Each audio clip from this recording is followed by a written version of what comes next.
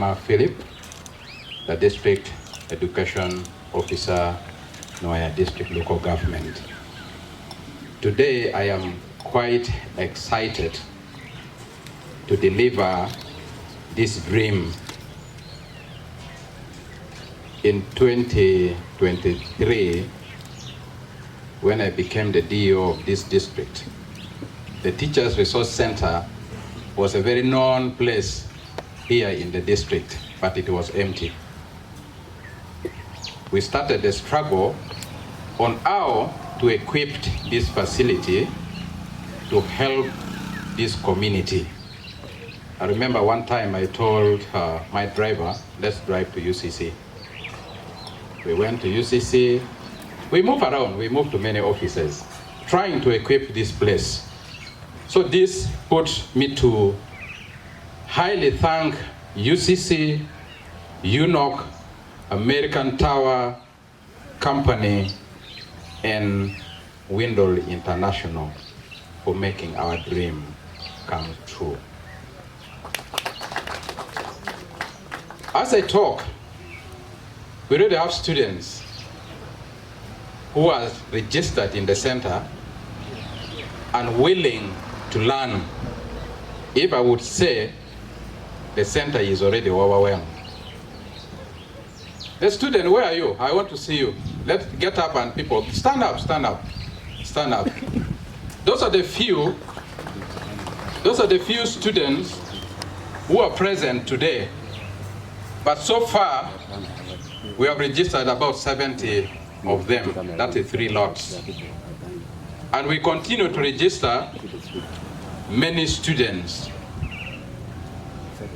The reason why we tried our best to equip this center is that we can't ignore the importance of ICT in our community.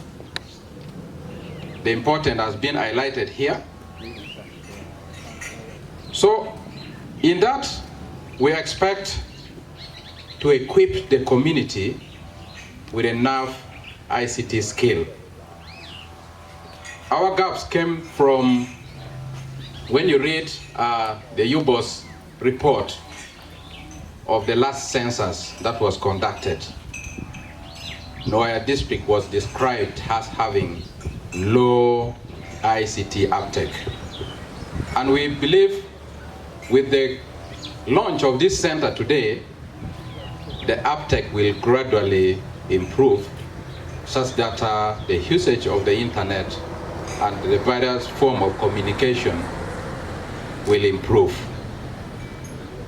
So I want to request that community come and utilize this center. This is education department. We are not to only educate children, we also educate adults. So all members of the community, you are welcome to learn ICT skills here. I believe when the first lot were taken through, the rules and regulations here, it has been clearly mentioned here, it is free of charge. But when you come at lunchtime or break time, you have to part with something so that you get something to eat, because learning without feeding is also a bit of a challenge. Here, we are not going to provide food, okay? But the knowledge you are going to acquire from here, but we are not going to provide food. So this is to the community. When you're coming around, when you're coming to learn, have something small you will have for breakfast, then you will have for lunch, because there will be no food here. I think this have to be very clear, because they will say the DEO was given money to cook for us food, and he has eaten the money, so he is not cooking for us food. So that is one of the things that I thought I should make it clear, such that when community comes around, they utilize the center. I want to recognize the presence of Head Teachers Association of Nwoya District. Can you stand up? There they are.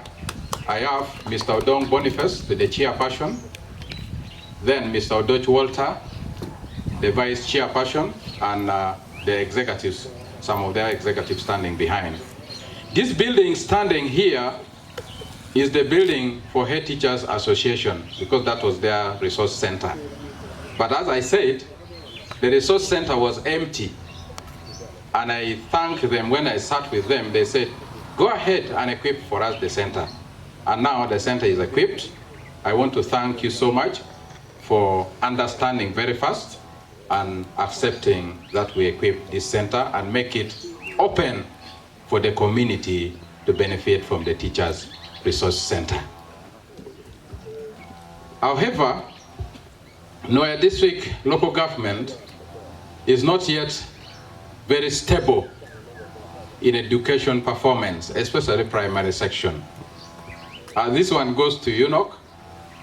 I think we still push our hand ahead that we need support in terms of capacity building of staff and other supports, including infrastructure. We still have inadequate infrastructures in our schools, as well as some communities of ours still do not have access to both primary and secondary education.